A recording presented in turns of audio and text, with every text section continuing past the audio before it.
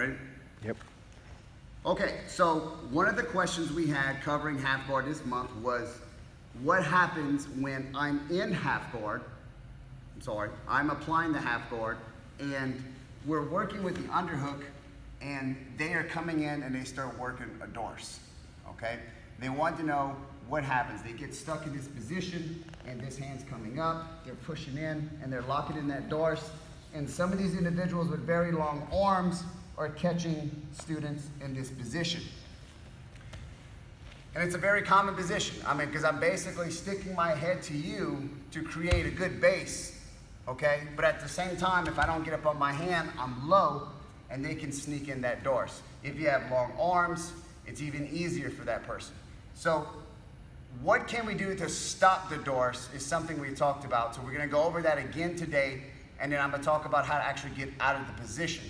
So if we're in half guard, and I'm trying to push up into my hand, okay? I'm trying to get to my old school sweeps, whatever, shuck the shoulder, and they begin to start locking the Darce. I need to understand that right away when I feel this heavy wizard coming on, that I'm in a threat to get choked, okay?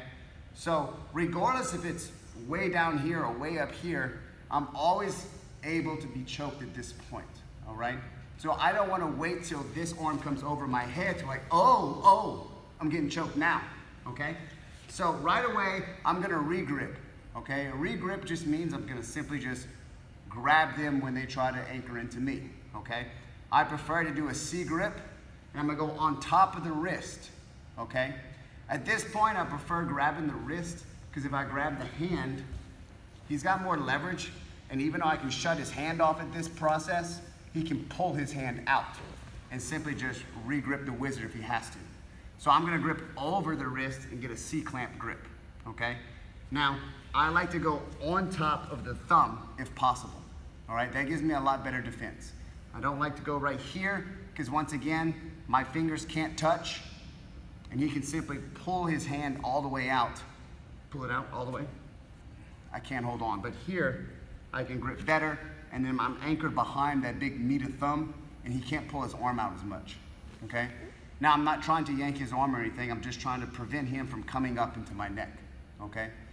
Now, what I want to do at this point is, I gotta move, I've gotta get out at this point. Now, with that wizard, I can't shut that shoulder off anymore, but I gotta hold on because I don't want to get Darced, okay? So, I'm gonna make sure that my back leg, the outside leg is coming over to the inside. So come over to the camera. So I'm making sure that leg comes over to here, all right?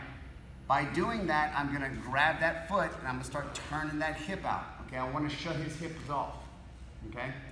Now, I'm going to roll myself underneath him.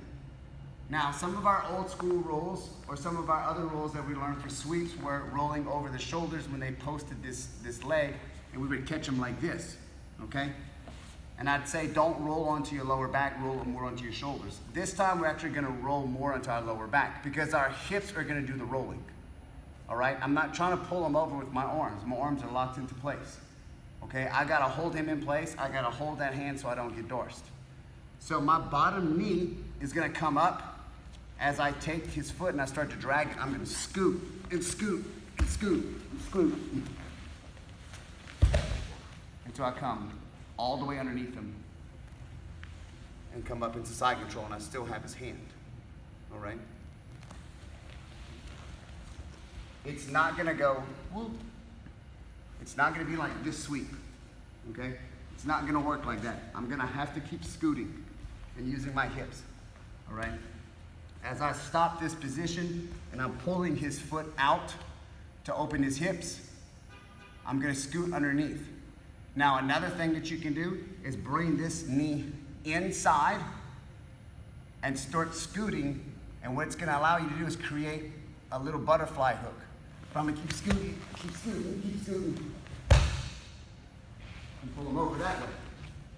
It's essentially the exact same escape, it's just the first one I kept the leg underneath and scooted my knee up behind him, and it looks like this. Scoot, scoot, scoot, scoot. And the next one was pushed, come in, scoot, scoot, scoot, flip over. I prefer the second option because the butterfly hook always gives you a better sweep, okay? And regardless if they try to counterbalance back onto you, you always have your foot and your butterfly hook to keep them at bay as they're trying to fly on top, okay? As they get better and better, your opponent will begin to move much more on top of you, not always on the ground, all right? Okay, so one more time. We're having an issue with being in half guard, trying to do our escapes or whatever. Person whizzers us really hard, but they've been coming on top of our head and pushing us down and getting darced, okay?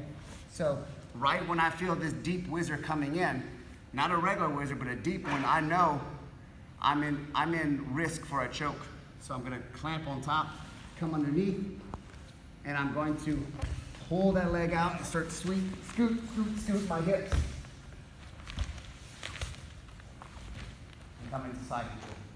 Now, I still have his arm. You know, depending what they do, I come up and start attacking. Regardless, I have a control point, not just a position, but I have the position and the control point. All right? Okay.